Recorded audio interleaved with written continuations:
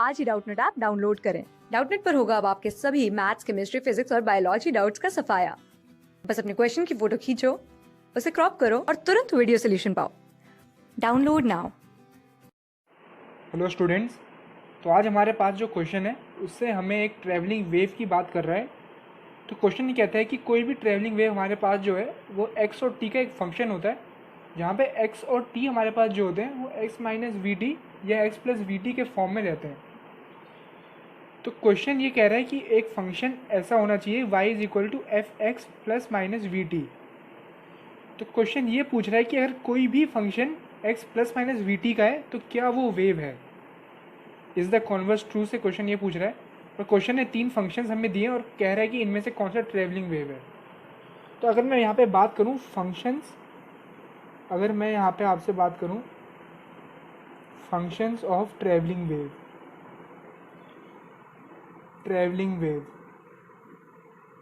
तो मेरे पास ये बात तो सही है कि जो भी फंक्शन होते हैं वो x माइनस वी टी या x प्लस वी टी के होने चाहिए, इस टाइप के होने चाहिए।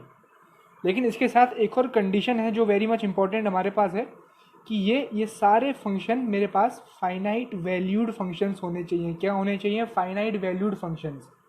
इसका मतलब ये है कि किसी भी x और t के लिए इनकी वैल्यू इनफाइनाइट नहीं होनी चाहिए, क्योंकि इनफाइनाइट डिस्प्लेसमेंट जो है वेव का वो कहीं डिफाइंड ही नहीं है। किसी पार्टिकल का इनफाइनाइट डिस्प्लेसमेंट हो ही नहीं सकता।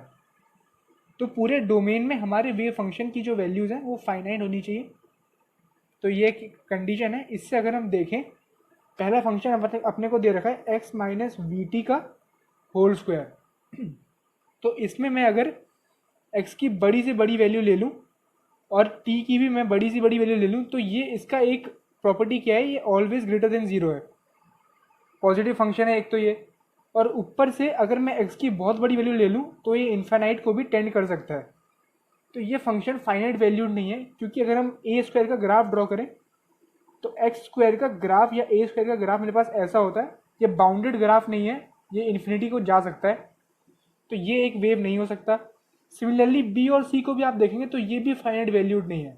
अगर इस लॉगरिथमिक फंक्शन में मैं एक्स की बड़ी से बड़ी वैल्यू डाल दूँ तो ये भी मेरे पास बड़ा से बड़ा यानी कि इन्फाइनाइट तक पहुँच सकता है। सिमिलरली इस वाले फंक्शन में अगर मैं एक्स की छोटी से छोटी वैल्यू डाल दूँ तब भी ये इन्फाइनाइट की ओर अप्रोच कर सकता है।